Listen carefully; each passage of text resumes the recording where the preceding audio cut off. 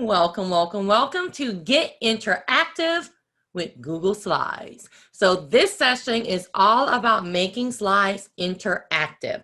It's not quite a slides basics class, like click here to add a slide. We're kind of beyond that, and we want to look at how can we make our slides interactive. Now, as I'm going, I may give you some basics as we're going to other awesome stuff, but we have a lot to get through, so we're going to hop in and get started. If you're watching me live and you're here with me right now, you will get a certificate if you fill out the evaluation at the end. If you're watching this on the YouTube channel, I'm sorry, you do not get a certificate, but I will tell you that you get the knowledge. And in your resources, if you go right underneath the video and click show more under to get the description. I don't think that's the word I wanted to say, but you're good. All right, so there you go. That's what we're going to be doing today. So this is how you can contact me. I am Dr. Desiree Alexander. I am your host and presenter for today. I am the founder, CEO of Educator Alexander Consulting, and I am also the Regional Director of North Louisiana for the Associated Professional Educators of Louisiana. So I am very happy to be with you today and to talk about some slides.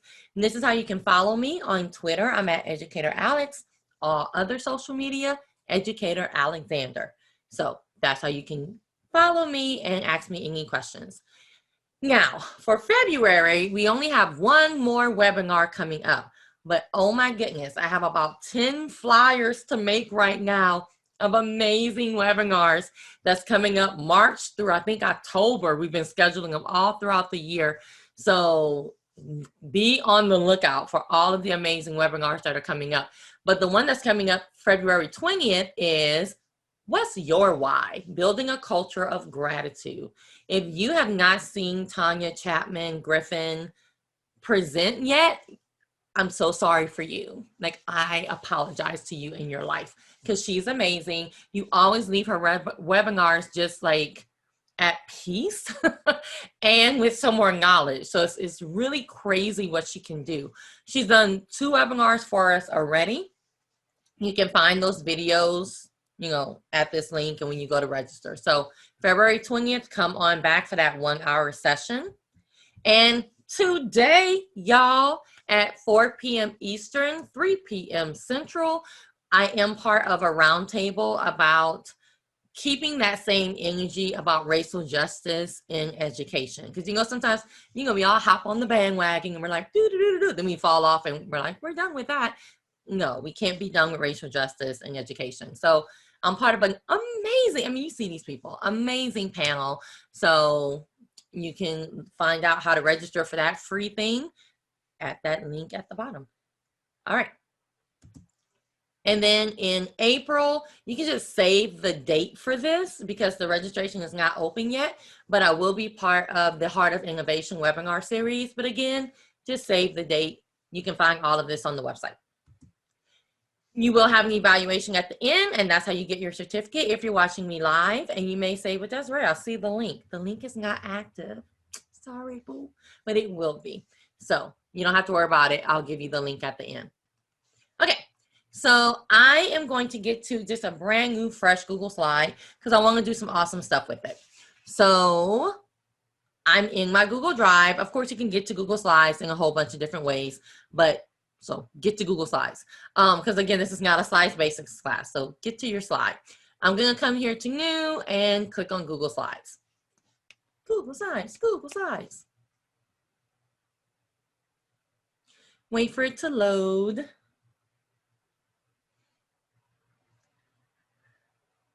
Okay, and while it's loading, I've already gotten a question that I get every single training, and that's how did I get my cursor? Everybody is loving my cursor. So this is actually an extension called Custom Cursor. Custom Cursor is really, really cool, really, really quick and easy to use. They have a bunch of different cursors you can use. I'm boring, so I just use the starter cursor. But you can upload your own cursors. You can go to more, and it's like a whole website of cursors. So it's really cool. Custom Cursor. Okay. I get that cursor every time. I love Custom Cursor. So our our slideshow has come up. So I'm going to give it a name because I hate when it just says like untitled everything. So I'm just going to call it delete. So I'm going to delete it later because I'm not really going to keep up with this. Okay. So first thing I'm going to do is get rid of this little side panel because I don't need it right now. We'll talk about that a little bit later. And I just want to kind of hop into the nitty gritty. Hopefully you'll hop with me. So I don't really do like a palette cleanser. I just want to just hop into it. So we're actually going to go and hop into the master slide. The master slide is a place in Google Slides and in PowerPoint where you can go and really do some damage to your slides. Like you can really make your slides what you want them to be in the master slide. So let's get in there and I'll explain a little bit more. So to get into your master slide, you're going to come here to the slide button and you're going to go to edit master. And if you're like, Desiree, that's not how I get there. There are different ways to get there. Okay, but I'm just going to slide and edit master. You have a different way, throw it in the chat. So these are your master slides. If you look at people that make really nice slide templates and you're always like, man, how do they do that? Like, I want to do that. This is your secret weapon. Master slide is it.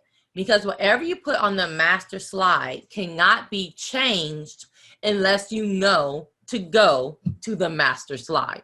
So if you're making these for students and you want to make drag and drop slides, or you want to make slides with certain backgrounds, you want to make some of those really cute, what were they called? Digital classrooms that were like super popular in the summer and at the beginning of the year.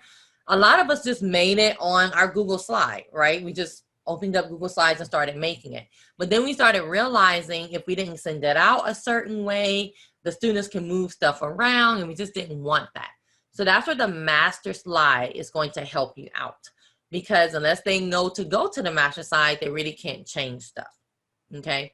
And I want to just give a little asterisk right here. I am not a master at slides. Like I know a little bit more than people walking down the street probably, but I am not, like I've seen masters of slides and I'm just like, so I'm just giving you tips and tricks for doing this. So if you have a better way, please throw it in the chat, okay? I'm gonna stop right here and let's see. We have Bitmoji Classrooms. Yeah, so that was, and you can also go to view and master. There you go. Okay. All right. So whatever you put on the top slide is called the master slide. Usually, especially if you're making a brand new slideshow, whatever you do on the master will be done to all. So if you think about like that little logo that you see in the corner when you pay for like teacher pay teacher stuff, and you're like, I want to get rid of this logo. It's because they put it on the master slide. So you can't get rid of it unless you know to go to the master slide. So if I wanted to put a picture here, I'm not going to do anything else except insert a picture so we can see what I mean. So if I come here and I insert, I'm just going to go to insert, image, and I'm just going to get one from my computer. Why not? Baby Groot. Baby Groot. All right. If you don't love Baby Groot, I don't know if I can hang with you. All right. So I have Baby Groot, and I'm going to put Baby Groot down here, right here. But notice what happened. Because I put Baby Groot on the top master slide, now Baby Groot is on every slide. Okay. If I get out of the master slide by clicking the little X right here, and I come to the, instead of just hitting the plus sign to add a slide, I want to see all the different layouts of my slides. So I'm going to click the little caret, the little arrow. Baby Groot is on all of them. Okay. The reason he's not on this one is because they have that box hiding him, but he's on all of them. So that's the magic of the master slide. If you want to do stuff like make a Jeopardy game or make an interactive handout where you want it, you know, them to click a little button and go back to the first slide, this is an awesome way to do that in 2 seconds. Because I've seen people, they'll come here, they'll put it on slide 1, and then they'll duplicate the slide. you know, hey, it is what it is. But with this, I don't even have to go through all that. It's on every slide. I'm going to go back into my master slide. Slide, edit master. So what if I did want to make baby Groot? I think I'm moving something else besides baby Groot. Come on, baby Groot. Oh, you see, I do this all the time. You have to click on master. I'm going to do that probably 25 times throughout this session. You have to click on the top slide. I do it all the time. So I'm here, and let's say I want you to hyperlink baby Groot to go to a website or something like that. So if I wanted to hyperlink where if you click on baby Groot, it goes somewhere. The one common mistake that people make is they don't click on the picture first. So you have to click on the picture first and then go to your little link button or insert link, or you can right click. Okay. You know, Google gives you about 3 ways to do everything. So I'm gonna go to the link button and I'm gonna send him to an amazing website I've heard of, educatoralexander.com. I mean, I've heard it was amazing. So I put it on the master slide. So let's see what happens when I get out of the master slide. So I'm here. If I click on, oh, wait. So before I do that, so I'm here. I want to add another slide. So let's add a different layout. Let's add the main point layout. So notice baby Groot is here. And, oh, hold on. Okay. I was just making sure he was working. What did I do? Oh, I'm sorry, y'all. Let me move this Zoom. All right, there you go, because I can't see stuff. Okay, so because I linked him, I'm gonna go to present mode, and I wanna make sure that he's linked on both slides. So I'm gonna add something to the first slide so I know that that's the first slide. So I'm gonna hit present. So this is the first slide. If I hit baby Groot, it brings me to Educator Alexander. If I go to the next slide that doesn't have the FF and I hit baby Groot, it brings me to Educator Alexander. So that's the magic of doing it on the actual master slide versus doing it on a regular slide, and you have to kind of duplicate. I'm going to go back to my master slide. And I'm actually going to take off baby Groot, and notice now he's gone off of everything. So even if you buy a template and you want to delete something in the template and you can't quite delete it, if you go into the master slide, you will be able to delete it. Okay, I'm going to stop right here and see if we have any questions, because we want to go a little bit deeper into changing the background, because that's how we're going to start to create some stuff. All right, so let's see. We have copying and pasting an image like a Bitmoji. Does that also go in as a copy on every slide on the master? It does. I did it wrong the first time. Disregard. Okay. So the answer to that for, other people is yes. So as long as you put it on the actual master slide, it should work just fine. That means every time you don't want an image on your slide, you have to go back to delete it. Yes. Because when you put it on the master, I'm going to put that back here. So if you put it on the master, you cannot change it from here. That's the whole point, is you don't want your students to be able to change some of this stuff. So unless they know to go to the master and do it, they won't be able to do it. So same thing for you, is you'll have to go back to the master in order to do it, and click on the master slide. How to put baby Groot in selecting slides. Okay, I think I understand that question. The question is, how does that interfere when you put your content in? Not quite understand what that means, but we're about to get a little bit deeper so that it may make sense in a second. If someone makes a copy of my slides, will they be able to change to their copy? If they go to the master slide, yes.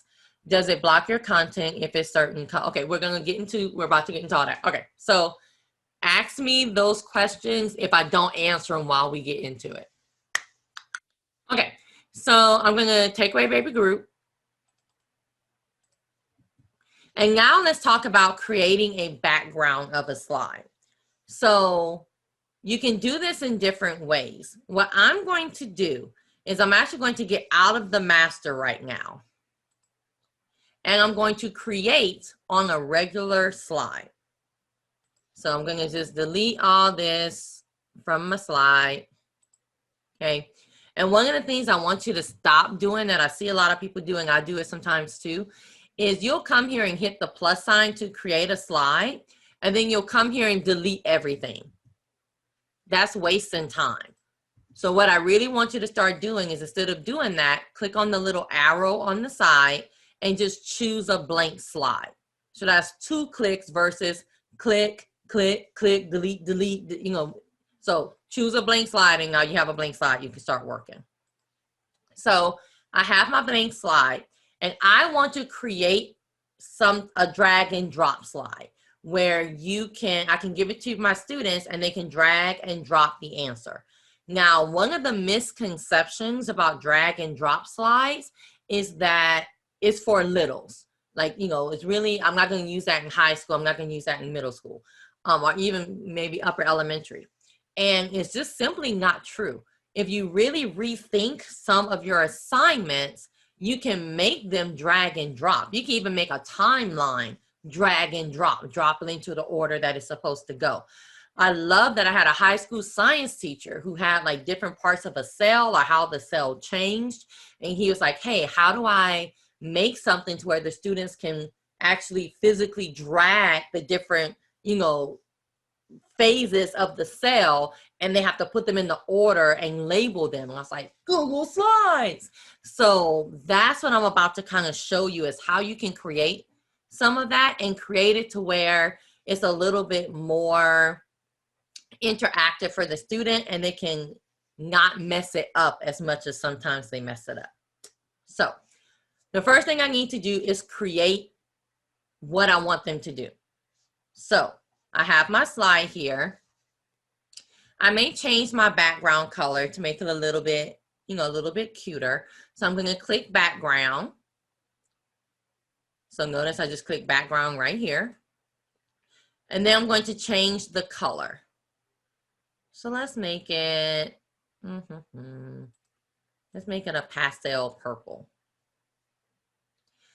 So now I want to think about, what do I want my students to answer?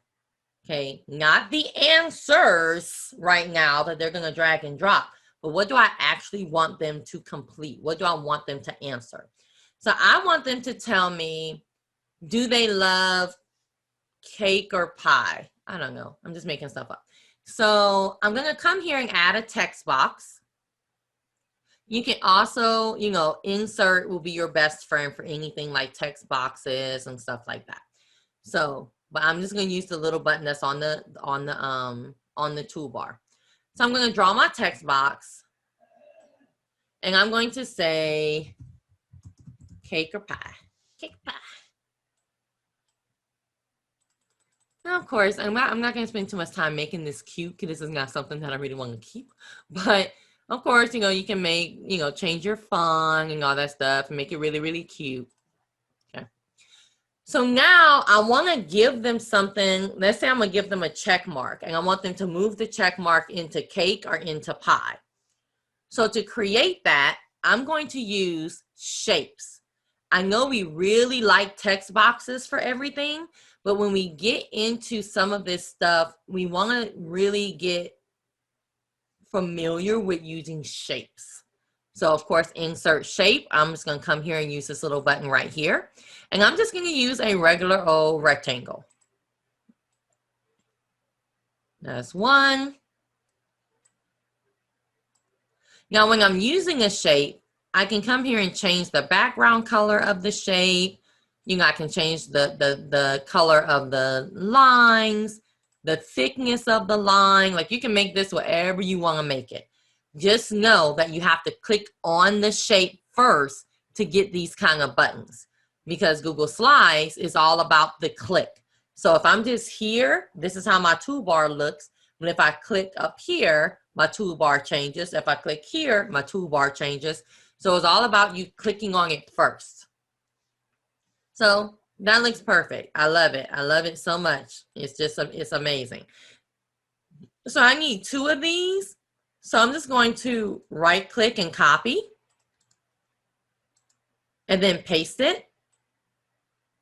So then I don't have to worry about getting the same shape and all that kind of stuff. Okay. A trick to this too is if you notice, I'm just dragging and I'm getting different ones. Somebody's like, hold up, D, how are you doing that? Just a little trick. All I'm doing is on my keyboard, I'm pressing the control button, CTRL, and I am on a PC.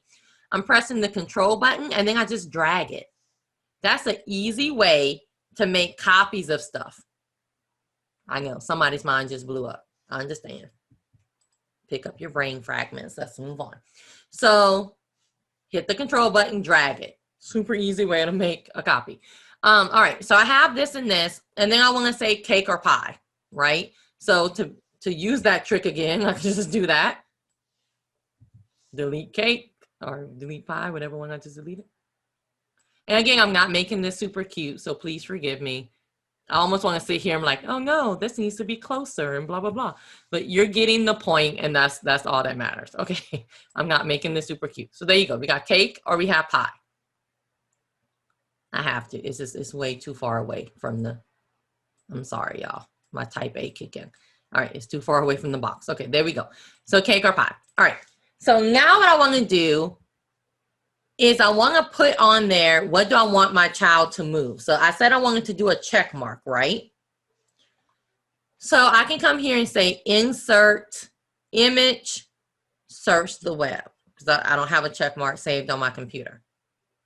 I know somebody's screaming in their head, you're doing this wrong. I know. I'm making a point. All right, so I have the check mark that I want them to move. So that's really light, but you get my point. So I've made my drag and drop slide. Yay! And I send it to my student. What starts to happen, and I know this is happening to some of you guys, what starts to happen is your student, goes and they want to drag this, but then they come here and they move that, and then they try to drag that there, and then they move that, and then it just looks like a hot mess. And then they start screaming your name because they don't know how to get everything back where it was supposed to go. So what that means is we have to rethink how we're doing this. So what I want you to think about is when I'm creating this, I want to create the entire thing without the draggable parts. So create everything you want on that main slide minus the draggable parts. So I'm going to delete that check mark. And what I want to do is make this a background. Okay? So I want to make this a background where the students can't move this part of it. So what I'm going to do is I've already created it all. It's all cute. I'm going to come here to File and download it as a JPEG. So I'm actually going to download it as a picture. This is also how you can use slides to create graphics. Okay? So I'm going to download it as a picture. So it has downloaded. And then this is the old way I used to teach how to do this. And this is the way that some people still do it. But I'm going to show you a little hiccup and then show you probably the best way. So what you would do at this point is you would do a blank slide. And you would say, I want to change the background of this slide. So I want to click on background. And instead of just choosing a color like we're used to doing, we want to choose an image for the background. And some of us have been doing this when we made our Bitmoji Classrooms and stuff. We may have not created it ourselves, but I don't know, or we may have, I don't know. So choose image. I do want to upload it from the computer.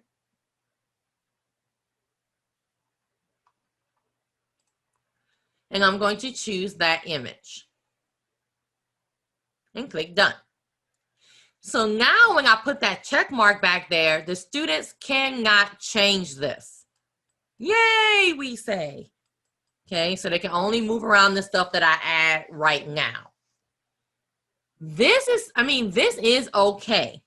It's not a bad solution, but there's one hiccup to it. If the student changes the background. So if the student says, oh, I'm going to add a slide here, okay, and I want to change the background of this slide. So they go to background, and they say, I want to make it red, and they say add to theme, and done. It took off your background, okay? Now, you may say, well, just don't mark add to theme. Well, yeah, okay, so if you want to teach that to your kiddos, go right ahead. I'm just showing you that there is a fault to this. So if they don't do this, they don't do it on purpose all the time, right? So there is a fault to this. Now, okay, so I'm just gonna leave that at that. So what I'm gonna do instead is put my background on the master slide. So I'm gonna do everything I just showed you. I'm gonna get rid of this. Create it. So this is the one that I created. Go to File and download it, just like you did as a JPEG. But then I'm going to come to my master slide, Edit Master. I don't want to do it on the big master slide because I don't want this on everything, right? So I'm going to choose one of my layouts. Each one of these layouts have a different title. Title slide, section header, title and body, blah, blah, blah. You can actually add slides to your master. So you don't have to just stick to what they gave you. You can even delete these. Okay, you don't have to stick to what you're given. So I can actually just click the plus sign and add. Check, you see it right there. Okay, so I'm just going to use the blank master. And what I'm going to do on here is I'm going to add that picture as a background. And after I'm through with this, I'm going to stop for questions. So in the master, I'm going to come here and add that picture as a background the same way I just showed you how to do it.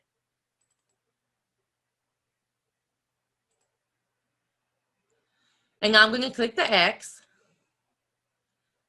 So the cool thing about doing it that way, another cool thing about doing it that way is if I come here to the little arrow, I now can use that slide over and over and over again. So if I didn't make it specific like cake or pie, but I made it a yes or no, or I made it a fill in the blank, or I made it whatever I wanted to make it, it's cool that you can kind of redo that same background slide and then just put other stuff that the students can move around. So before we get to adding the stuff that the students can move around, I want to stop right here and see if we have any questions. So I'm going to look in the chat. So Mary says you can also create in the master and do it in a layout. Save you time from saving it as a JPEG or PNG. Thank you, Mary.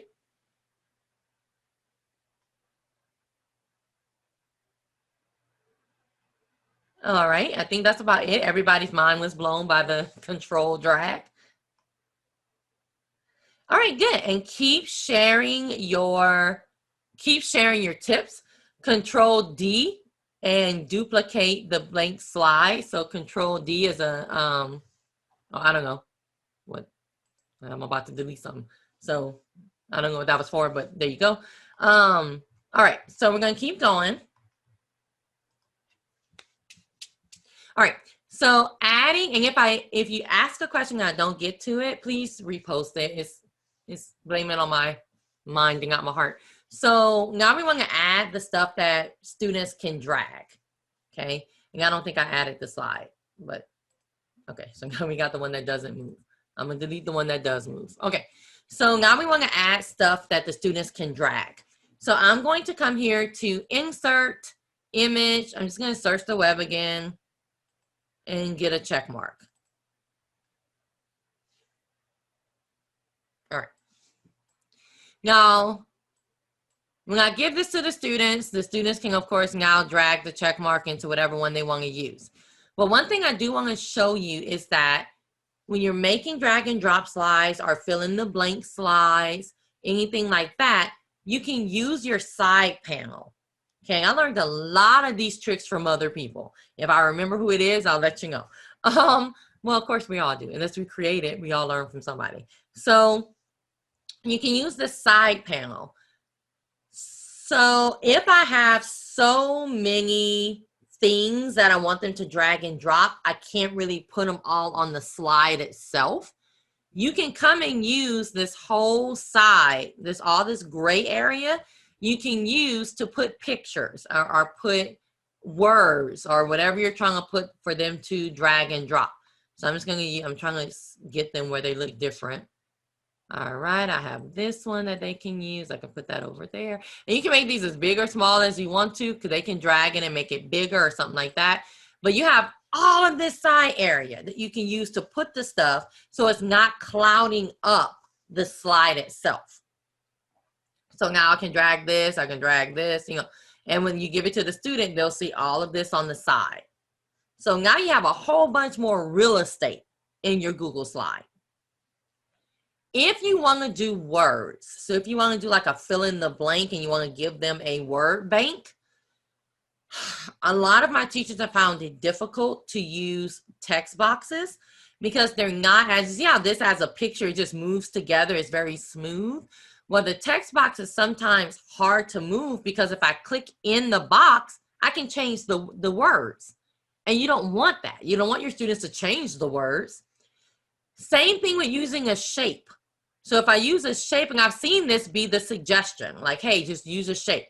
Well, if I use a shape, right, and I type in the shape, it's the same thing.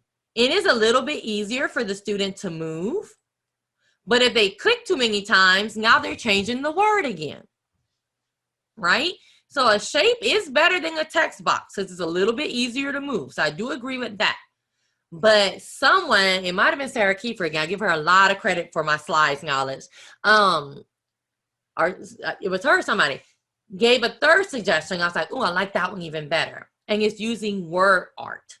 So if you're using like a whole sentence, then this, the shape, maybe you see what happened to me? Now I'm stuck and I have to click off of it. That's what I mean by it's better than a text box. And of course, with the shape, you can change the color and everything I just showed you, like for these shapes. But if you use word art, so I'm going to come here to insert and go to word art. And I want to say the word is cat.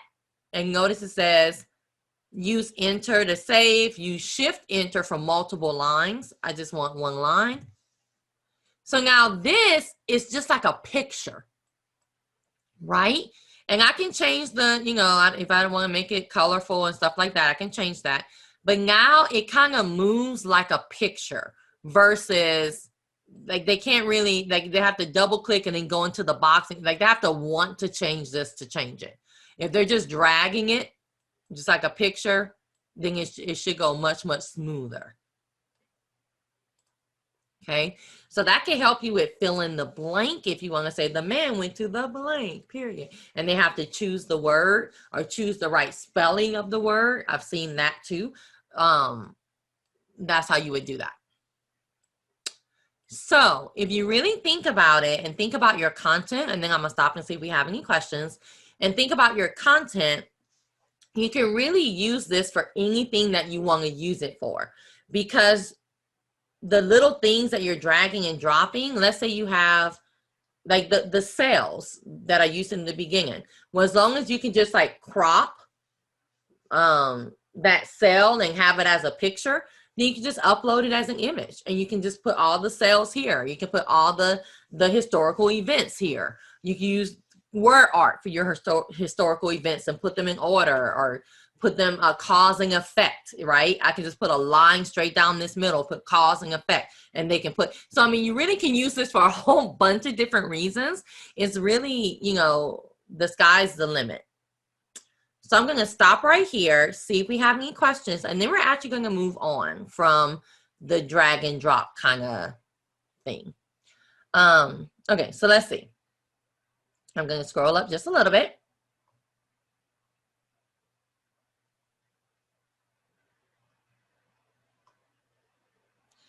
How do you lock the text? And I think that was a question to somebody in the chat. So I'm gonna let them. Where do you find word art again? So insert word art. Insert's gonna be your best friend for everything. Okay, insert word art. So we have a question. If you create a drag and drop slide in Google Slides, is it compatible with Nearpod? I'm not. You will have to test it out because I'm not 100% sure. But you will have to test that out because I don't want to lie to you.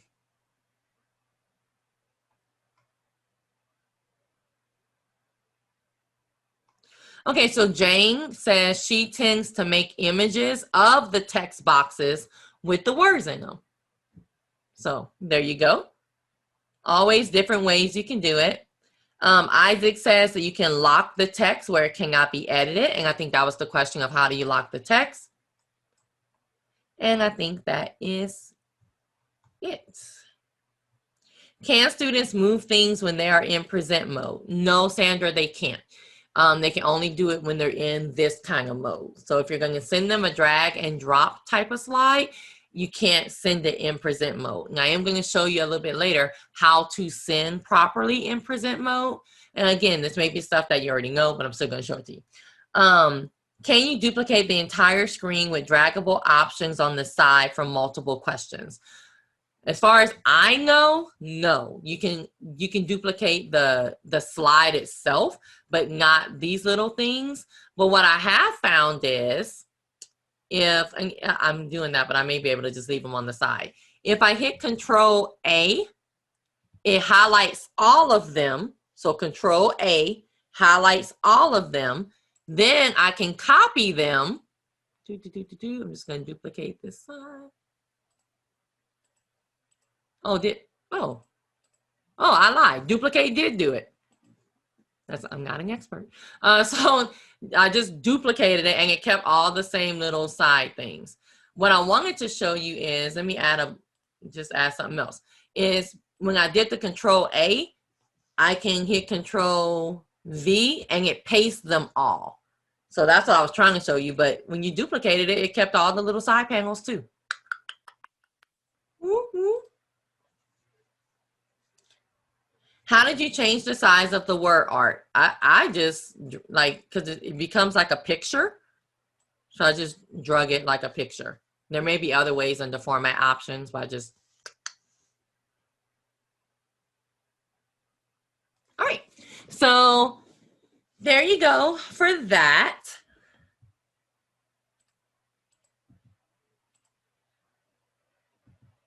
I'm trying to think if I wanted to keep any of those, but I think I'm good. Okay, so now I want to show you how you can change the size of your slides. So this is really, really important depending on how you want to, what you want to do with your slides. So right now, most of us just copying slides and we use this, right? And we don't worry about it. We don't think about it. But we may want to change the size to make it look like a sheet of paper or make it look like something else. So when we want to do that, we're going to come here to File and scroll to Page Setup. If you ever do that, you go to File and you don't see Page Setup, that just means your screen is, acting funny with the size of the screen. So you'll see at some point today, I will have to come to these 3 dots and zoom out so I can see more stuff. So just keep that in mind. It's nothing, you're not doing anything wrong. It's all about the size of your screen.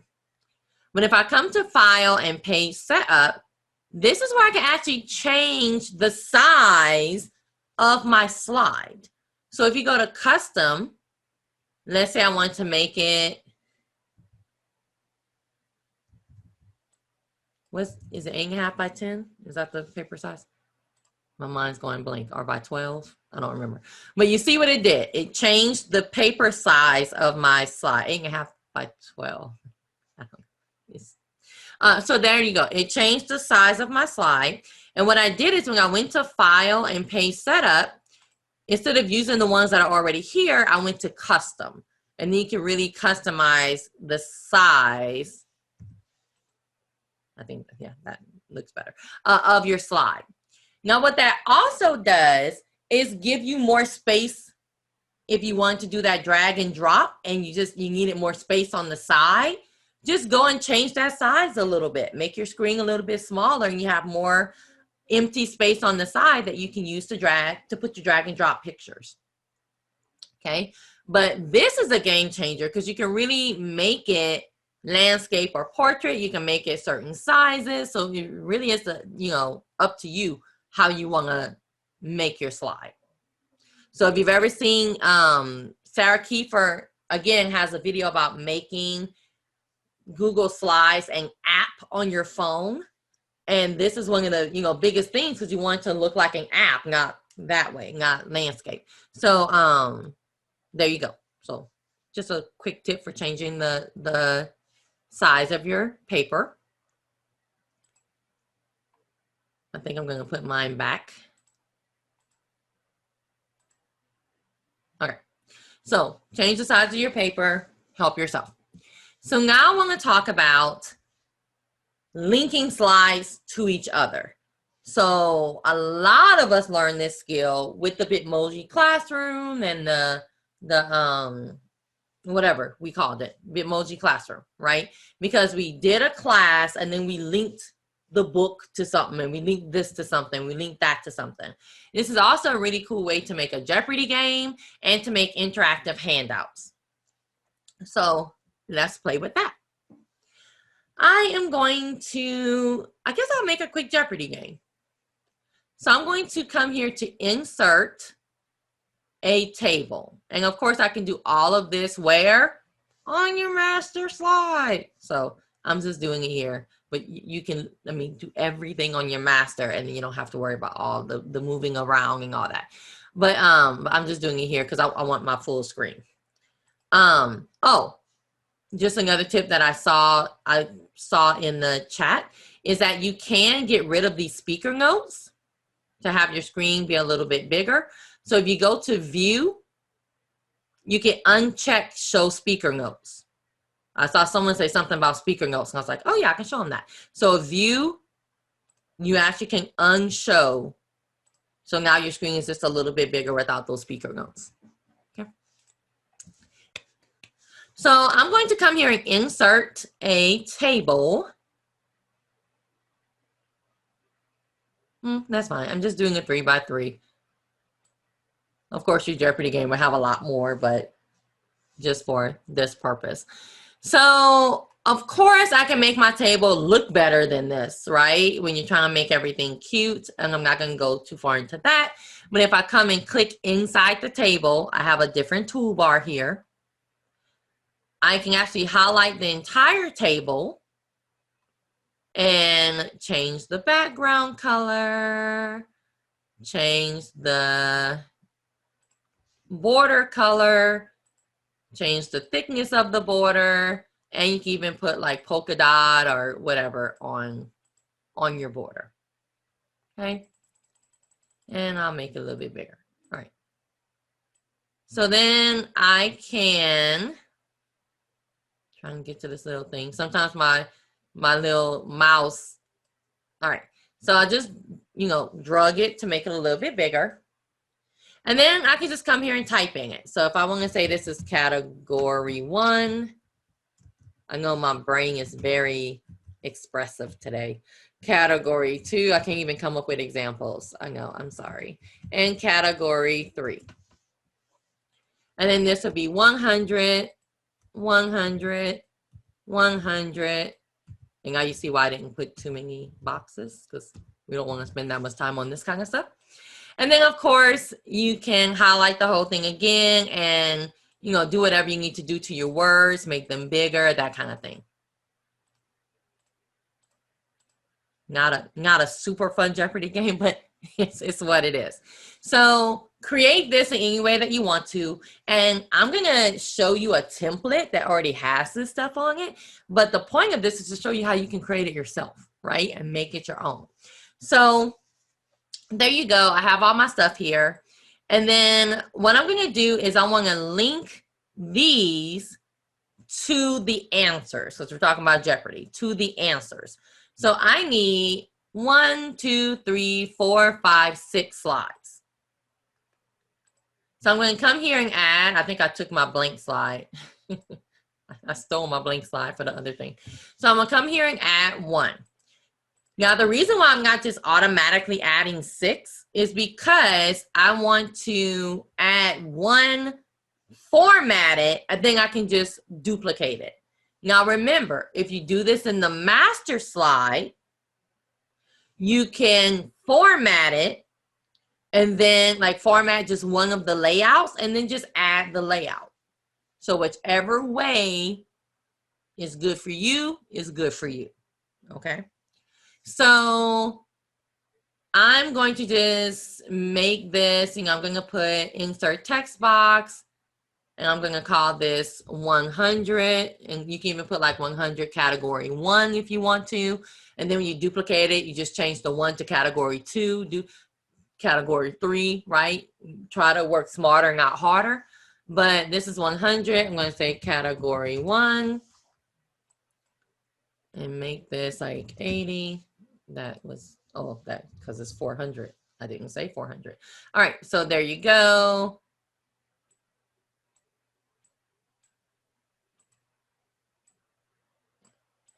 Okay, whatever. And then, I'll put a place for my answer. So do another text box. And this is the place where I would type the answer. And then I want to put something on this slide to where I can click it and get back to the questions. So that can be a word, that can be a picture, but I need something that tells me click this and go back to the questions, because that's how I want this to work. So most of the time I use a little picture of a house, but you can use whatever you want to. Again, you can even do it with words. So I'm just going to come here and insert an image and search the web of a home. Perfect. So I double clicked on the picture. And of course, we do not want it to take up the whole doggone slide. I like the right corner. I've seen people put it all over the slide, even on different slides, is in different places. I suggest putting it in the exact same spot every time. You don't have to, because I've seen it be successful other ways, but, and it just may be my type A-ness, but I do suggest putting it in the exact same spot every time. So it doesn't have to be down here, but put it in the same spot. So now what I'm going to do is I want to go ahead and hyperlink this. The only reason that I want to hyperlink it before I duplicate it is because on every single slide, it's going to go back to slide 1. Now, if I was doing this and I wanted from slide 3, it to go to slide 5, and on slide 5, it to go to slide 2, I couldn't do this.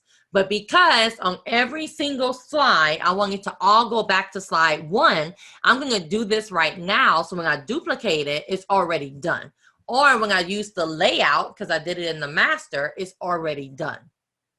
Hopefully that makes sense. So in order to link this back to a slide, I'm going to move it up a little bit because I already know my computer is going to cut off the bottom of the screen. I'm going to go to my link button. So you do have to actually click on the picture, and I'm going to go to my link button. And instead of typing in a website like we did last time, I'm going to link it to slides in this presentation. And I want it to go back to slide. I can say first slide, but I want it to go back to slide 1. Apply. So now I would duplicate this. I think I clicked new slide, whatever. You get the point. We don't have to do all of these. All right. So I would just duplicate. And I'm sure there's a keyboard shortcut. You can do that. But duplicate. All right. So I have all of them. how this works is if I come and go to present mode on this slide, if I click the house, it brings me back to the first one. Okay, so that's what we're trying to do. But now I want it where if they click on 100, it goes to this one. If they click on 200, it goes to this one, because I'm going to change it to 200. There you go. And then if they do 300, it goes to this one. You would just repeat the same thing over and over and over again. Oh, I don't have a 300, but you get the point. So I will come here, highlight the word, because if you click on the picture, that highlights it. So you have to highlight the word or number. Then go to the link button. Link. I want to link this to slide 2. You see how it cuts it off? Sometimes it gives me the little thing and sometimes it doesn't. It can be a little finicky. It may just be it doesn't like me. I don't know. Link slides in this presentation. And this one goes to slide 3. And then we're going to act like that's 300. Link slides in this presentation. And I want that to go to slide 4. Present. 100. Click on the 200. Click on it. 300. Click on it. I'm going to stop right there before we take it a little bit deeper. Okay? So let me see if we have any questions. This is great. Yay! If we created the template for our students, then we can get them to create the questions and answers, and they don't have to worry about creating the structure of the game. That is such a good idea. I love it. How did you fill the whole table? I keep doing it one box at a time. Perfect question. So you have to actually highlight the whole table first, then come here and fill it with the color. Ooh, that is hard on the eyes. You see, I keep trying to go to pastel stuff. All right. So that's how you would do the whole table. Let's see. Is there a way to make your other slides in the presentation a different slide type other than 8.5 by 10? You may have one page 8.5 and then another different size. James, I don't know. I want to say it's for all of the slides, but let's see. So that's just something we can try out right now. But I think it's for all the slides, but I may be completely wrong. So let's say 8 by 10. I know I keep saying 10, but that's okay. Yeah, it's all. So if somebody has a way to do that, please let us know. I think somebody's asked me that before and we couldn't find a way, but there you go.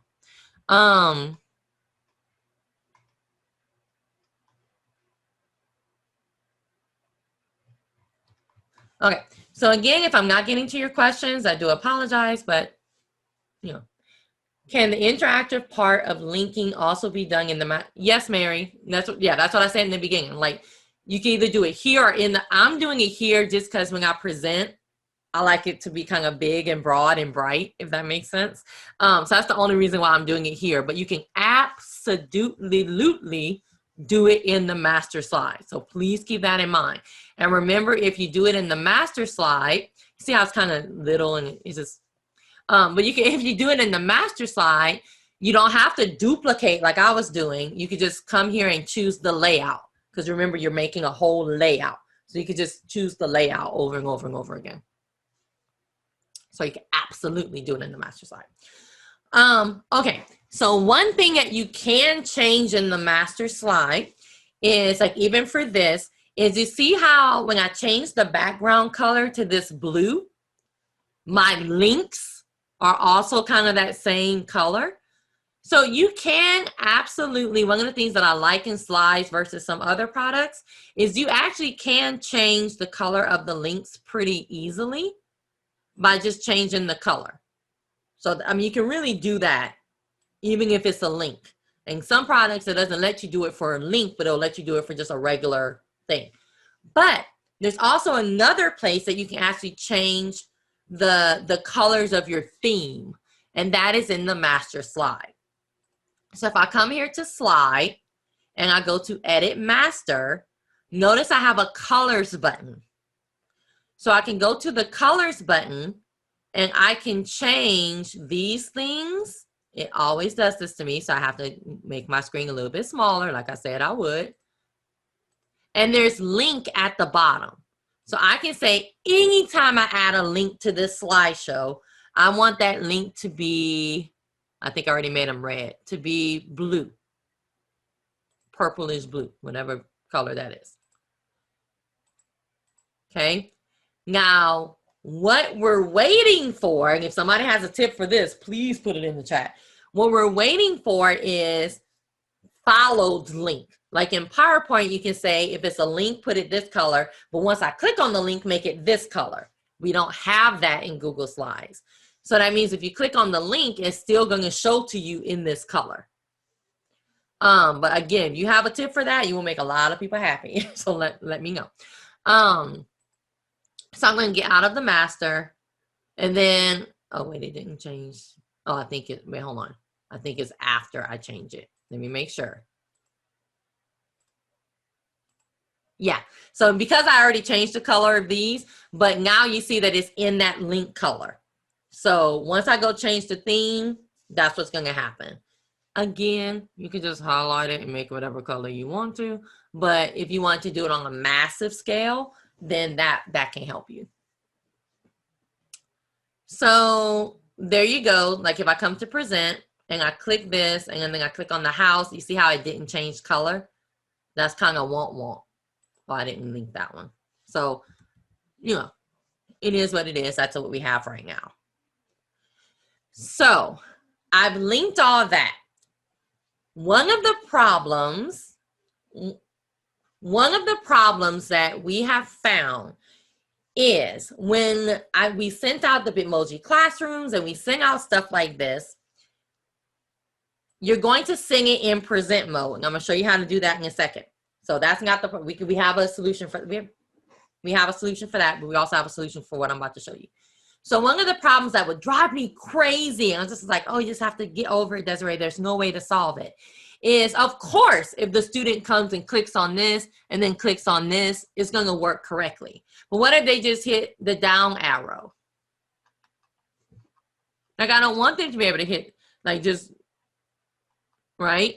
Or what if they just click anywhere? Is this going to go to the next slide?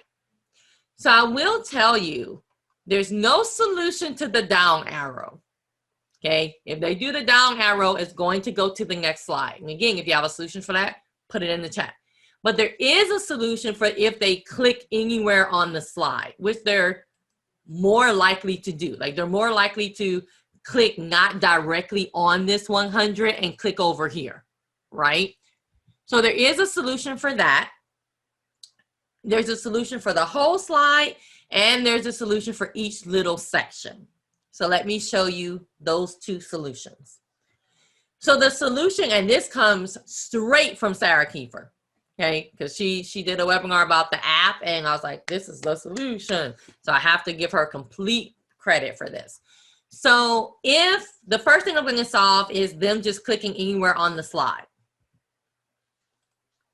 What I'm going to do is I'm going to link slide 1 to slide 1. Okay, so to do that, I'm actually going to use a shape. So I'm going to come here and use just a regular rectangle. And I'm going to draw the shape over the whole slide. Okay, so I'll put that shape over the whole slide. But now it's blocking my slide. So I need to make this shape transparent.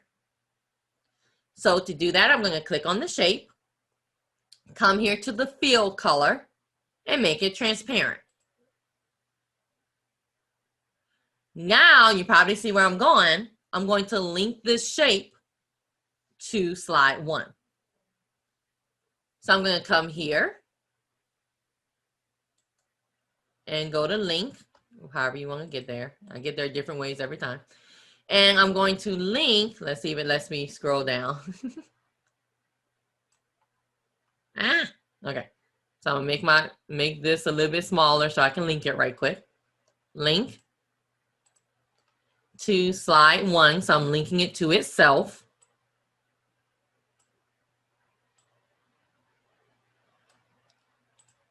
And that's that. So when I come to the present, if I click anywhere, oh no, I clicked off the side, not on the side, not on the side. If I click on the slide itself, it's actually, it looks like it's not doing anything, but it's actually linking back to the same slide. Now again, if they hit the down arrow, there's nothing we can do about that. Okay, if they hit the side, there's nothing we can do. Like it's some stuff we can't, if they come here and just hit this, I don't know of a way to disable that. But we can do it to where if they click anywhere on the slide that they're not supposed to be clicking, it links to itself. So that's a solution for that. Now, because we put the big box on top, now my little links are not working. That's because we put this big slide on the top of everything. So one of the best things you can do, now that you know all these tips, is to do your big box at the beginning and then add stuff. So you can do that, or you can use your order. So if I send this one level backward, it's still working here, but now, right? So even if you do it like I did out of order, you can still right click, go to order, and don't sing it back, because if you sing it back, it goes behind everything. So you don't want that. You can just sing it backward. So you're singing it one level back to where now all your little clicks are going to work. Okay.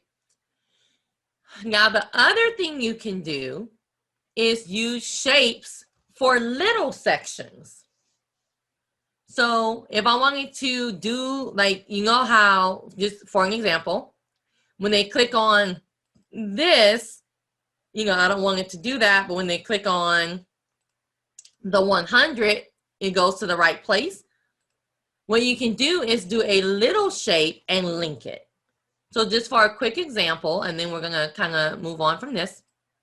So if I insert a shape, but I make it a little shape, like just for this whole box. Go through the same steps, and then when they click anywhere in this box, it's going to link to slide 3. So you can do this using the shapes for the big one or for the little ones. Really up to you. Any questions with that? Thank you for answering. I have people answering questions in the chat, so thank you for that. But if you right click and you go to order, that's how I went to send backward. And someone put it another way. If you go to arrange, you can get, well, you have to click on always click on it first. And then you go to arrange, you can get to the order that way too. So I right clicked, or you can go to arrange.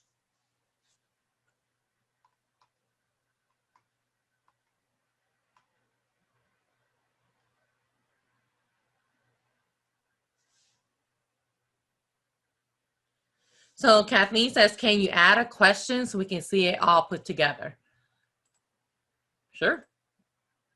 I mean, we're playing Jeopardy, so you would have the questions would have to be, because, you know, these are the answers to the questions.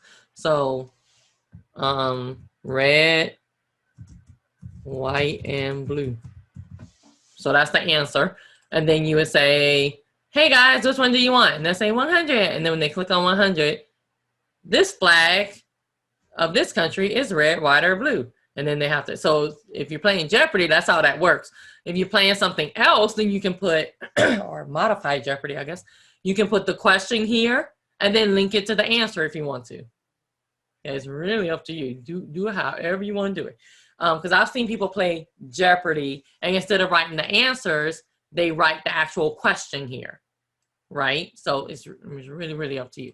So then when the student clicks 100, red, white, and blue, this American flag, and they'll say, the American flag, correct.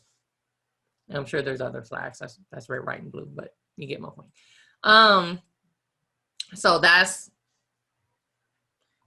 hopefully that helped. Let's see. Okay. Is there a way to make it so that they could check it? Kathleen, you have to give me some more information. I'm not quite sure what that means, that they can check it. And it may be me. Sometimes I just don't get stuff. Okay. We're going to move on from this, but if I have questions, we can always go back. So I do have a couple of questions. I want to go ahead. How do you get rid of the questions? Okay, I think from what I understand that you're asking is like, how can this be deleted, or how can it change color? You're gonna have to write it down, or do like there's really no way to do that. Now, can you like click on it and then have it auto delete? There may be an extension to help with that. Like there may be stuff out there. I just do not know anything about that. But so it's just one of those things. You just have to, go old school, right? They tell you students write down the numbers we've already done or something like that. Or if you want, I mean, you can get out of present mode every time and come delete the numbers, which I think that would be a little bit insane, but you could. All right, so we're gonna move on, because I want to show you some other stuff with slides, and then I want to show you some places to find amazing templates. Okay, a lot of stuff is already done for you.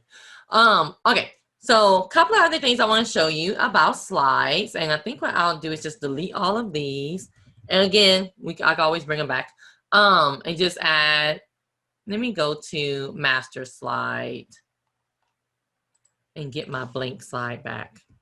Oh, I can. I did a background. All right, background. I just want a white background. Give me my blank slide back. All right, so I want to add a blank slide. Yay! So I want to show you a couple of other things that's that makes your slides interactive, but also just more engaging. So one is I want to just very quickly talk about adding videos, adding audio, and masking images. So these are just like little tips and tricks. So when we talk about masking images, if you come here to get an image, and I'm going to give you a couple of tips for images. If you come here to get an image, I'm just going to say search the web. And I just, get rid of it, because why not? Search the web. And then I'll come here and search for a dog. Cat and dog are easy to spell. So I'm going to pick, oh, look at the dog. I'm going to pick him. Hello, doggy. So I have the dog here. And of course, when I click on the dog, I can use the blue box around it, if I do that right, to make him bigger and smaller and that kind of stuff. Well, one of the things, remember when you click on something, the toolbar changes, is I can come here and crop. And most of us know if you crop the picture, you're actually taking some of the stuff around the picture away. So if I crop, like I don't want that much grass, there you go, right?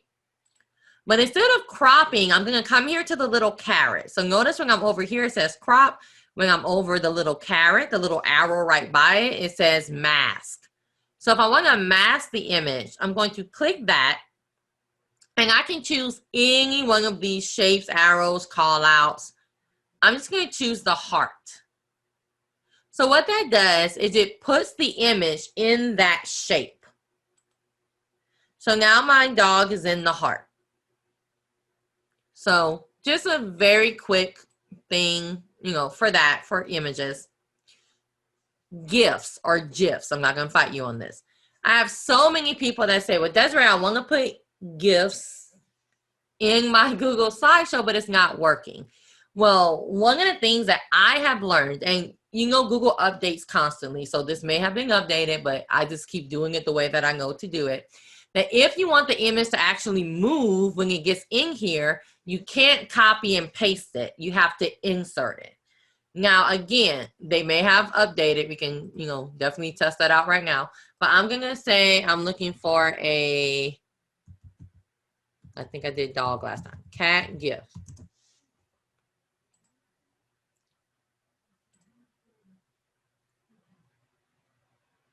like it. Oh, I'm waiting for him to move. I need something that moves faster. Okay, so let's see if it works now. So it used to be when you copied it, it would be great if it would. Nothing. Nothing. So what I learned was you can't copy and paste it into Google. You can copy and paste it into other places, but not Google. So for this to actually work, I'm going to right click on it and save the image as. So I'll save it on my desktop. Then if I come here and insert it from my computer,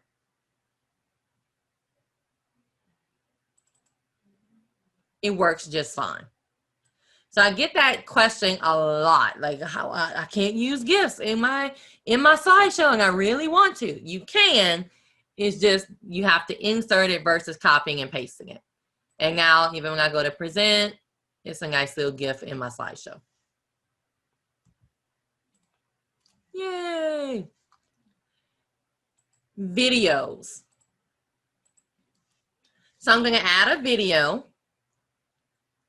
Insert video. You can either search for the video right now. If you have the video in your Google Drive, you can insert that. Or if you already know the URL of that awesome video that you want to use, you can put the URL here. I'm just going to search for an Educator Alexander video. I like Educator Alexander. Oh, look, building app. Perfect. All right. So I have this building app from Sarah Kiefer. It's like I planned that. I really didn't. Oh, they've updated something. Okay, whatever. I'll look at it later. Okay. So just like an image, you actually can make your video bigger by dragging it. So just keep that in mind. You can actually change the size. Your video doesn't have to be this huge, massive thing on your screen. If you want to like put it inside a box or something, you can do that. So you can get really creative with the design of your video. So some of the things I want to show you about video. Most of us would just put the video here and we're done. But if you click on the video itself and go to format options, that's the same box that was already up. But I like to show you how to get back to it, right? So click on the video and go to format options. One of the best things is if you're not really big into video editing and things like that, but you only want to show a clip of the video, you can come here and say, start the video at this time and end it at that time. So you can say, I only want to see this clip, and it will do it for you. If you want to see multiple clips throughout your slideshow, then tell it this, start at this, and then just duplicate that slide and then do the same thing to this one. So then you can have different clips ready to go, because you know it's all about saving that time, right? So now I can have all my clips ready to go throughout my slideshow. Another thing you can do that's really, really helpful is when do you want this to play? So right now it says play on click, and that's the default. So that means when I click on the video, it will start playing, right? Oh, this Zoom toolbar. So when I click on it, there you go. But I may want it to play automatically. That's a really neat tip if you talk a lot and you know when you click on it, you're going to talk for 30 minutes before you hit play. It kind of makes you be quiet. It's also a really cool thing if you're sending this to students for them to play the slideshow by themselves, because it'll automatically play for them. Or if you have a substitute or something like that, because when they're here and then they click it, it's going to automatically start playing for them. So they don't even have to, you know, click play. It will automatically do it for them. And the last thing I want to show you with video, then I'm going to stop for questions before we go to audio, is mute audio. This is kind of cool. I used to think like, why would you want to, if it's a video, why would you want to mute the audio? Well, what if I want to talk through it? I still want the visual of the video, but I want to talk through it. So if I mute the audio on the video, I told it to play automatically, but I actually want to talk through, like, what do you see here? Like what, okay, see, we used to have to sign into webinars and it was a hot mess, right? So we can kind of talk, so it muted the audio because I may not want my whole computer muted, right? The next slide may have some audio. I don't want to take that time to go mute the whole computer.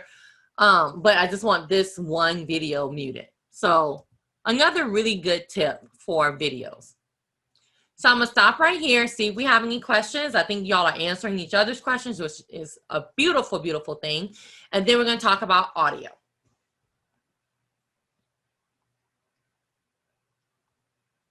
So let's see.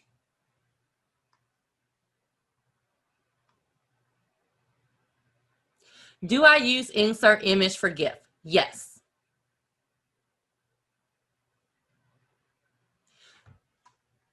Oh, wait, no, hold on, I'm sorry. You mean this insert image from your computer? Yes. Will that also keep other YouTube videos from showing on the side of the video? Yes. Because it's not, you only have the video itself. So you don't have all the comments and all that kind of stuff. Now, I don't know about the very end of the video. Let's see. If it shows like related videos, that I'm not sure about. Let's see.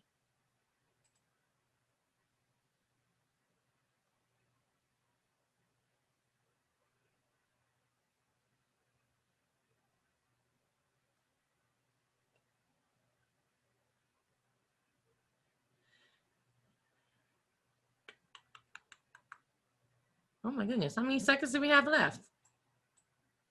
There we go. That's the end. I was like, goodness. Let's see. So that's my little stuff. I put that on my video. So that's not. Nope. So it takes all that away. Now, just know too, and this is a tip for you and something for you to just to know, that anytime you see a video from YouTube, like on a website and stuff, and you're like, man, I wish I can watch it on YouTube, like I want to see, all you have to do is click this little YouTube button down here. So if it says YouTube at the bottom and you click that, it's going to actually bring you into YouTube. So that's good for you to know for yourself, but it's also good for you to know that your kiddos can do that as well, if YouTube is not blocked and all that good stuff. Let me take like maybe one more question. Could you put the answers in another document and link the numbers to slides in that document? Can you put the questions in another document and link this? Yeah, because if you make the, I don't know if you can link it to the direct slide without adding it to. Okay, so there is a way to link it. So let me, okay, so I'm gonna make a copy of this. That's a really good question. Of course you can do it by just making the whole slideshow shareable, and now you have a link, because you don't have a link to every slide, but you can do it for the whole slideshow. But I think there is a way. So let me test this out with you and then we'll move on to audio. So if I'm just gonna make a copy of the whole slideshow. Sure. Just for time's sake. And then I'm going to, whenever you're ready, let's insert a text box and put hello on this one and take these off so we can see that the slide is different. So if I wanted to, well, no, then you would have to copy the whole slide in there. This may be something you have to email me because I get excited. But if I copy the slide, but you want them to see.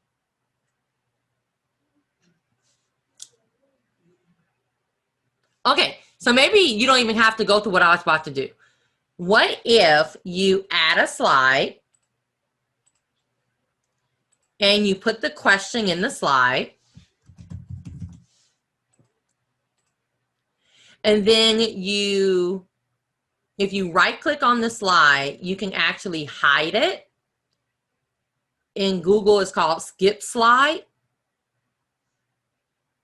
And then you link him to the question.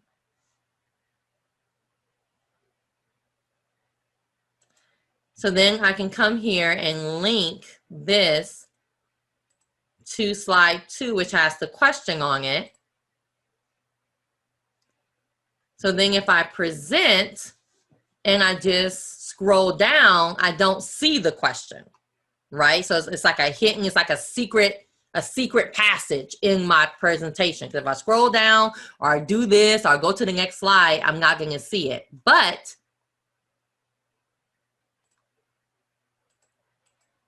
if I click on him, I see the secret slide. Let me know if that may solve it.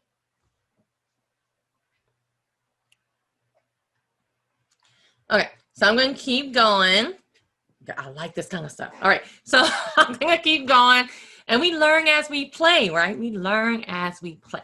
So that may be something that you want to do. So skip slide may be your best friend. Right click, skip slide. So they can't see it when they're in present mode, but you can link it to that slide. All right. Sending things out in present. Oh, audio. Sorry. Let's talk about audio. I got so excited. I got off track. Okay. So now I'm going to talk about audio. The one thing that you need to remember about audio is that the audio has to be in your Google Drive. You cannot link audio from anywhere else. Okay, so the audio has to be in your Google Drive. Now, can you copy and paste an audio file? I don't think I've ever tried that, so maybe. But through the insert button, you can only do it from Google Drive. So even if you already have the audio, just put it in your Google Drive and you can insert it. But to copy and paste, you'll have to try that, or somebody may be able to tell you in the chat. But if I have an audio and I have no clue what this audio is, but I'll put the audio file here. You can make this little picture bigger or smaller. And of course, you can put different audio per slide and all that kind of stuff. Okay. When you click on it, you have your format options. If you get out of that by mistake, as long as you click on it, it's going to be on your toolbar. Do you want this song to play when you click on the button, or do you want it to play automatically? That means as soon as you go to the slide, it's going to start playing. Now, the cool thing about automatically is if you say play it automatically, you can hide the icon. So that means they won't even see this big bubble. It'll just start playing. I'm so scared to see what's on here. It's not going to be anything appropriate, but. So if I'm here. Differentiate. Oh, I know what that is. All right. I was like, I have no clue what that is. All right. So, and notice the icon wasn't there and it automatically played. So just a little tip for that. What's the volume when presenting? Do you want to be louder or lower?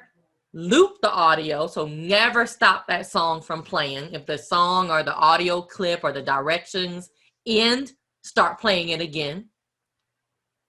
Stop on slide change. So this is an important button because if you want one song to play throughout your whole slideshow, you don't have to add that song on every slide.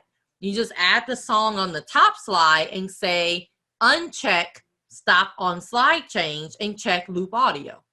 So it'll go as the slideshow is going, it'll go throughout the song. And then when I go to the next slide, it's still going to play that song. Like it's not going to stop on slide change.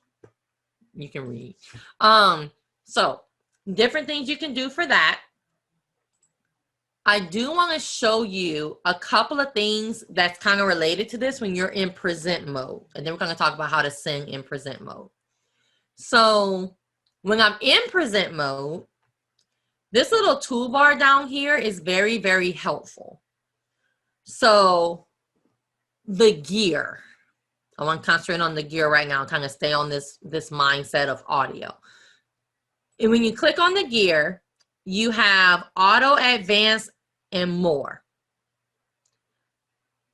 I'm not concentrating on more. Auto advance. So to auto advance, you can say, I want you to auto advance the slide every whatever seconds up to a minute.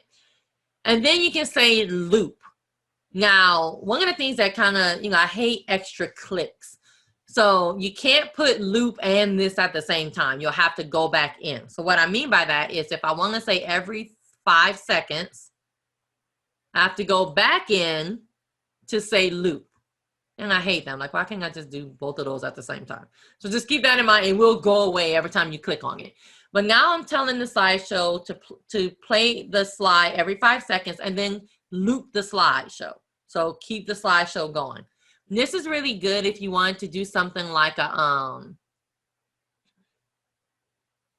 picture slideshow, right? End of the year picture slideshow kind of stuff.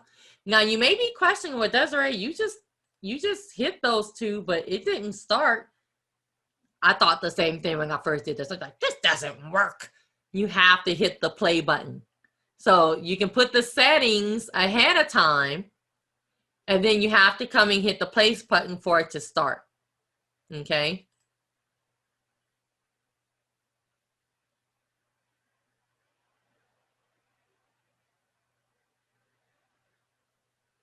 I don't know if I left it on audio or not. I mean, auto. Oh, I put on click. So it was waiting on me to click on it. But there you go. So that's how you can kind of make that looping slideshow where it just kind of goes and goes and goes and goes. Now, notice how when I exited and now I'm going back in here, that has all went away. So you can't set it up, get off of your slideshow, go back and think those settings will still be there. So keep that in mind. That's important. Okay. So once you set it up, you can leave it up, then come back later and hit play. But if you get out of it, those settings go away. Let me stop right there and see if we have any questions, and then I'll show you a couple more things on the toolbar. Do you have favorite sites for copyright-free background music? Jane, I don't.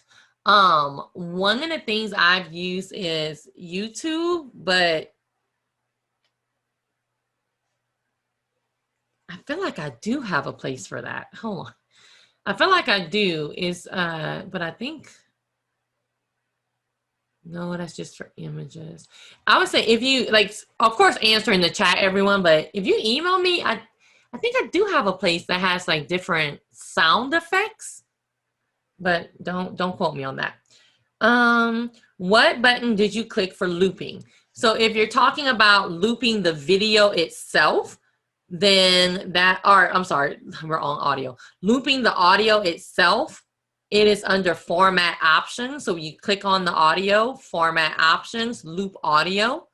If you're talking about looping the whole presentation, that's in present mode on the toolbar under the gear, auto advance. You can choose the seconds first, or I don't care which one you choose first.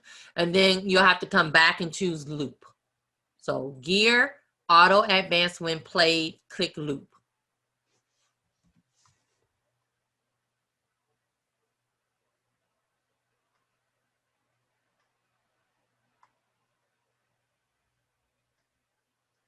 Okay, and I'm seeing a lot of Flippity suggestions. So I can show you Flippity. It's a really good one. Let me pull it up now so I don't forget. I tried to pull up some ones earlier, and I know I left off templates for teachers. So I'm going to pull that up too. Ignore the man behind the curtain. Okay, so there you go for audio. I want to show you a couple more things with present and then talk about sending it in present mode. So when I'm in the present, again, the toolbar has a lot of really cool things on it. One of them is the pointer. Now, I think this would be a little distracting sometimes, but you do have the pointer. We'll go back so the video doesn't get distracting. I'm going to turn off the pointer. One of my favorites is closed captioning. So the CC, where it says CC captions, the first time you click this, a box is going to pop down that says allow. So you have to actually allow your microphone to work with Google Slides. Same thing for your students to use this. And what closed captioning does is when you click it, you only have to click allow the very first time. So when you click it, now you see that as I'm talking, it's typing the words on the screen. So that's really, really helpful for inclusion. It's really, really helpful for students to just see what are you saying. It's also helpful for students who talk like this and we don't really know what they're saying, but you know, you just kind of shake your head and you're like, okay, baby, but you really don't know what they're saying. At least you'll see it on the screen. It is not perfect, but it's something. So with the closed caption, you have a little caret right here on the side of it. You can actually click that caret and change the position from the top or the bottom, and you can change the size. So this is medium, that's always going to be your default, but I can also click extra large. The cool thing about extra large is that it's extra large. The bad thing is, depending on the speed that you speak, it's going to go really quickly and the words are going to go away quicker. So that's closed caption. You also have question and answer. You have your speaker notes.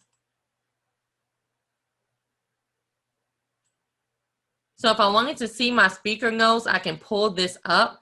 If you know how to make, and I'm not going to really get into that, if you hook up your computer to a projector and you know how to make your screen extended, where you can have almost like a fake second screen, you can actually move this box to your fake second screen where the students can't see it, and you can have your speaker notes on like your computer and they're seeing the presentation. Like there's different ways to do this, but this is how you can see your speaker notes while you're presenting. I get that question a whole bunch.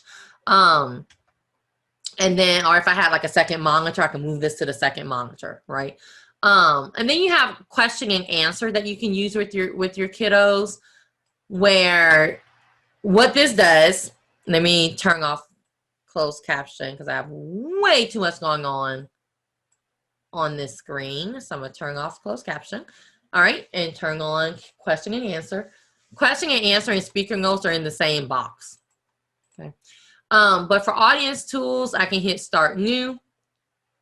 You can accept questions just from your school district or from anybody. So if I'm doing like a conference or a webinar like this, I could have turned this on. Okay. They will go to this link, or you can give them this link in the chat or however you want to do that. And then they can post questions and the questions will go here. When you get a question here, you can actually hit, I forgot what the word says, project or something like that, present. And you can present the question. So if I had this on like my second monitor, I can look at this and go, ooh, Danny asked a really good question. And I'll just hit present and the question will come big on the screen. Really cool tool. They have a thumbs up feature where if you have the same question, please do not type it again. Just give that question a thumbs up. So if I see a question with 50 thumbs up, I know like, oh, I need to answer that question, right? So again, just another tool on your present.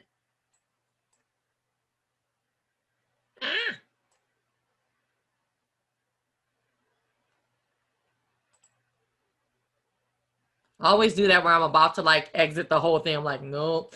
All right. So I'm going to stop right here. See if we have any questions. How to send your slideshow in present mode. So that's what we're going to talk about next. And I'm going to give you a quick tip for sending it through Google Classroom the correct way. If you don't use Google Classroom, you won't have to use that tip. Yay. All right. A lot of people are liking this stuff. Yay. I did have a question about how do you get to question and answer and closed caption. You have to be in present mode because that's the only way you get that little toolbar down here. And then the toolbar does go away whenever you're ready. Whenever you're ready, Google Slides. The toolbar does go away and then you have to kind of shake your mouse again. Or we could just sit here and wait, you know, whenever you're ready. Let me go to that one. There we go. So this is closed caption and this is question and answer, and here are your speaker notes. Another thing you may want to try, if you haven't tried it so far, is the Slides app on your phone. I do have iPhone, but I'm guessing it'll work even better on a Android, because that's, you know, Google. So if you If you have the Slides app, you can annotate on top of your slide. You can use the app to see your speaker notes and stuff like that. So try that Slides app. It's a really good one. Okay, so I'm gonna exit this. How to sing it in present mode. And then I'm gonna show you another tip. Oh, there's so many. We can do like 3 and 4 hours on Slides. I love it so much. This is not even everything. Like I said, they have people that are way better at this than I, and they can show you even more stuff. All right, so how to sing it in present mode to where, like if you're doing a Jeopardy game or something like that, you don't want them to see all the side. You want them to actually only see it in present mode. Same thing when you're doing your like Bitmoji Classrooms, right? And just a tip, that thing that I showed you with the making the slide connect to itself, that's perfect for Bitmoji Classrooms because you don't want them to go off of that one slide. You want them to actually click on the little stuff. So how do I do that? 2 steps to doing it. And then I'm going to show you an easier way for the second step. So 2 steps to do it. The first thing you need to do is make sure that the slideshow is shareable. It cannot say restricted or private. So that's the first step. Click on the share button. Go down here to get link and change it to something besides restricted. So I'm going to hit change. If I want it to only be for people in my school district, go for it. Anybody with the link, go for it. Okay, you can't say restricted, but whatever you want it to say is up to you. And then click done. So you may say, well, Desiree, you didn't get the link. I know I didn't get the link because that's not the link I need. Okay, what I need is the URL. So first step, make it shareable. Share button, just in case. Go down to get link, hit change, and then change it to something besides restricted and hit done.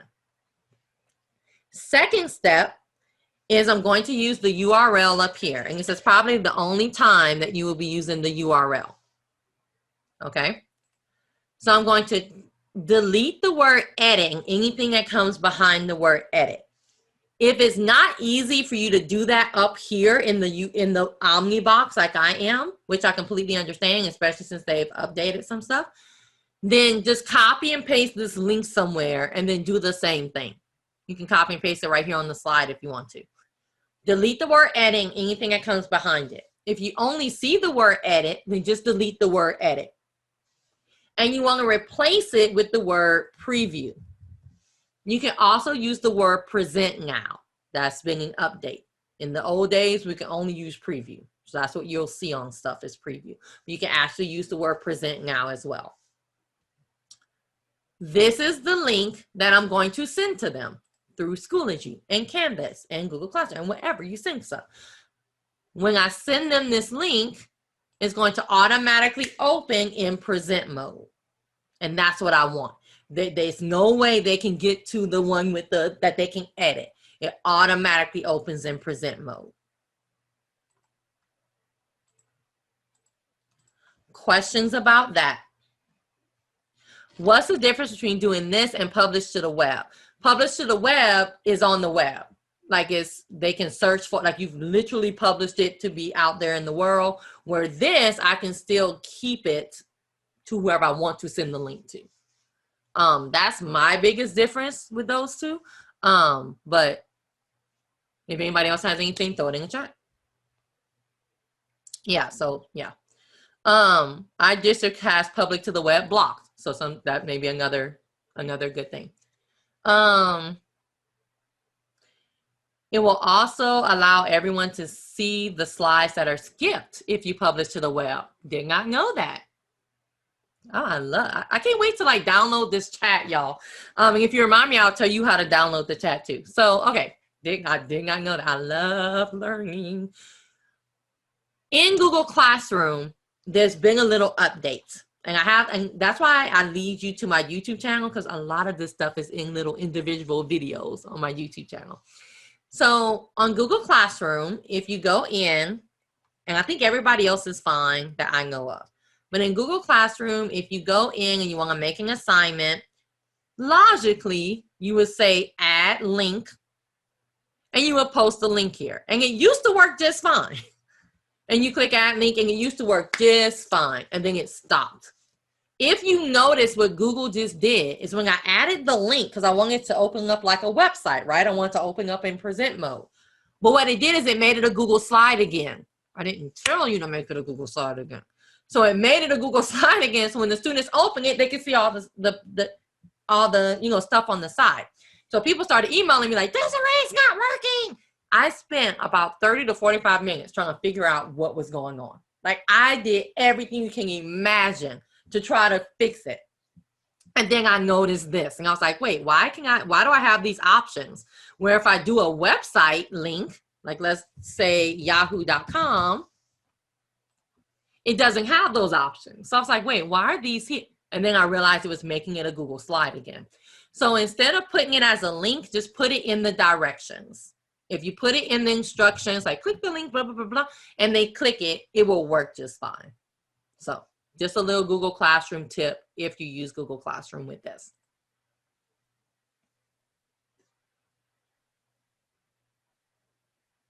Can you create breakout rooms in Google Classroom?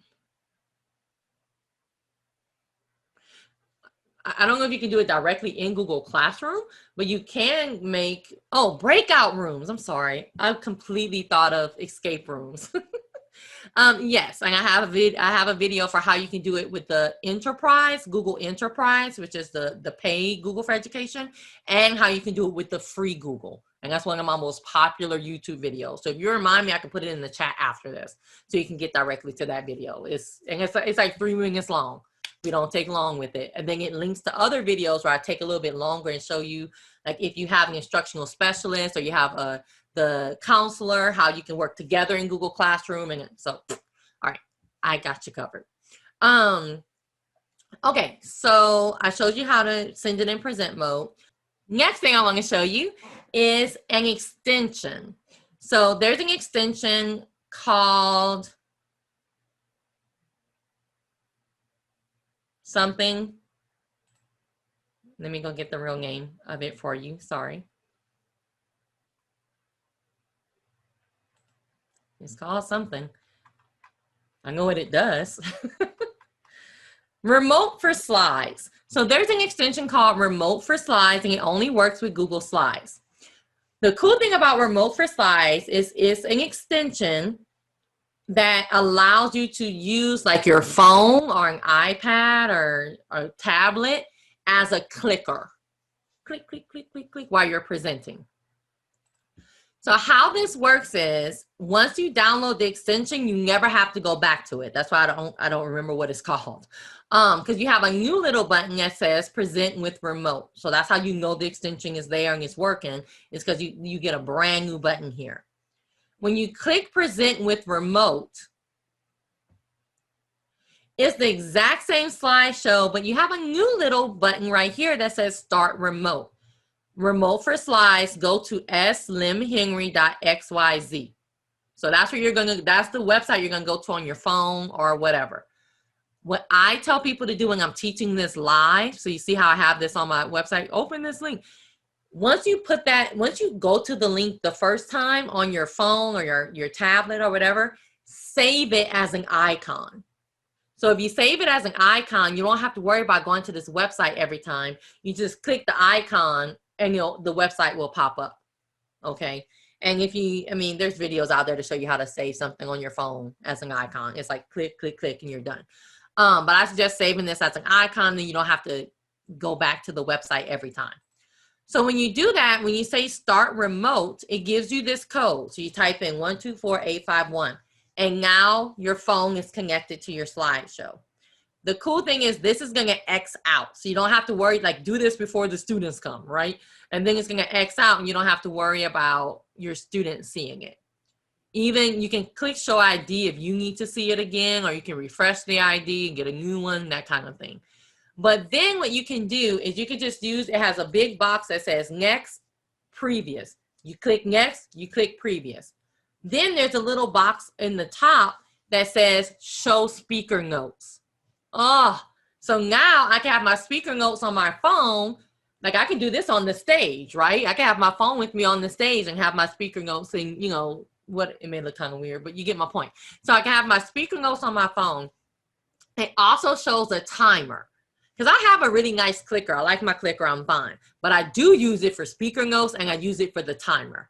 Because I can look and be like, move on, Desiree, move on, right? So it's a really nice extension. Once you put this on your phone, it's super easy because you just click it on your phone. The code doesn't really change unless maybe if you haven't used it in like some years or something. But really cool tool that you can use to do that, and even the students can use it if you want them to. So to kind of start wrapping this up, I want to give you some resources that you can go to. So definitely write down the names of these or type them out or whatever. The first one is the all-powerful Slides Mania. Like just insanity. And I call her insane about once a day. It is insanity. There's so many templates here. If I say extensions, templates here that you can use. Is crazy tasty. Use it. She is actually not even in the creator is not even in education. She's in finance, but she started creating these. We loved it so much. Now she makes some just for educators or for education. Go use it. Love it. There's a bunch here. They have really nice electronic notebooks. I just suggested this for one of my teachers that emailed me about how to put lined paper on a Google Doc, and we tried all kind of stuff. It just didn't work as well as we wanted it to work. So I was like, baby, just use Slides. You can do it, or just use this template. It's already done for you. So there you go. There's also like the file cabinet is one of my favorites. So all kind of stuff here. Slides Carnival is a really nice place to find really nice presentation templates. Instead of using the same ones over and over and over again, you can come here and use the Slides Carnival ones. So you can look at that. They also made a Jeopardy game template that I really, really like, but sometimes I can't find it if I search, probably because I'm spelling something wrong. Jeopardy. No, oh, Jeopardy is what they call it. So let's see if it comes up for Jeopardy. See, but it's still on the website. But I only see it when I search now. Maybe it's under all templates. If not, I'll put the link in the chat because it's still up because I still promote it to people, but I can't find it when I search. But they have a really nice Jeopardy template that I'll give you the link to. Slides Go is one that I honestly have never used before, but people suggest it. So I can't speak to it, but I think it's a lot like Slides Carnival. So help yourself. Flippity is one where you can find really cool things with, they don't only use slides, right? Google Spreadsheet. Okay, that's something like they don't use slides. But they have really good stuff that you can use with Google Sheets, and some of it actually translates into slides. But you can find a whole bunch of just different things, and they give you the template. They tell you exactly how to create it and all that good stuff. And then there are templates for teachers, which is really, really awesome. They have some stuff for like littles. They have stuff for all grade levels. And of course, you can take some of this stuff and modify it. It's not all using slides. It's using different Google products, but they do have some using slides. So I did want to show you this. One of the popular ones, especially when I'm teaching teachers of littles, is Decorate Your Gingerbread House. So they have like the gingerbread house and all the candy and all the stuff you can use to decorate. And it's really a dragon drop slide.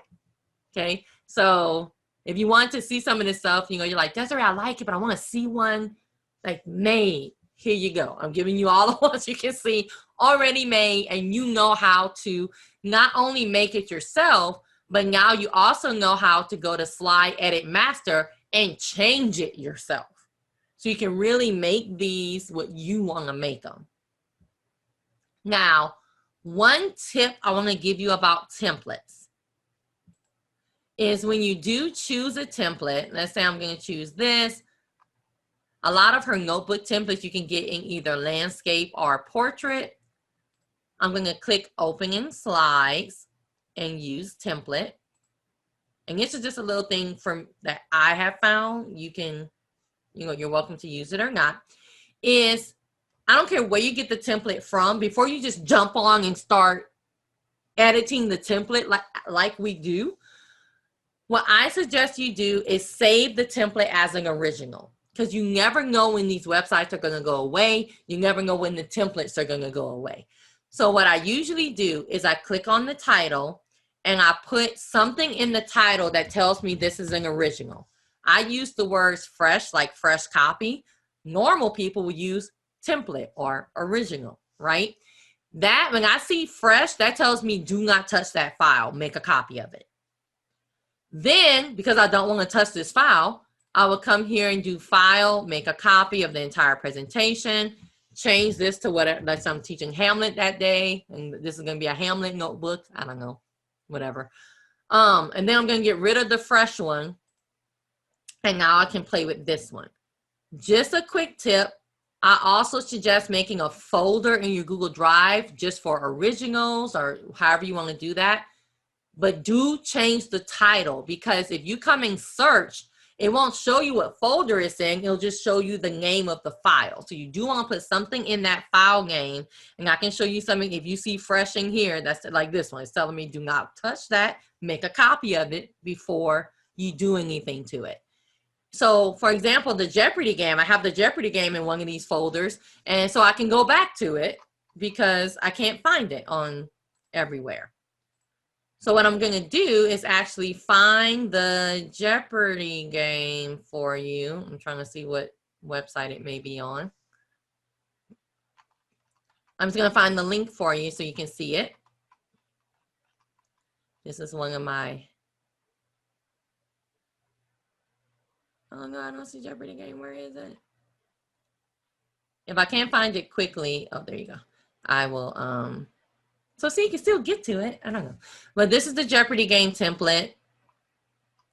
And I will actually put the link to this in the YouTube description so you can actually get to it. And I'll put it, of course, in the chat for today. But this is how the Jeopardy game template is really cute. You can change all this. They click on 200, it goes here, back to panel. Click on 400, back to panel. But you see that it doesn't change the color. So, whoo, you have been interactive slided in. I don't know if that's a true word. So thank you so much. That was our class. Of course, that's why it was 2 hours instead of 1, but it could have gone even more. So that was just what I can show you in 2 hours. I appreciate you being with me today, and I'm going to see if you have any more questions about anything, and y'all have a good rest of your day.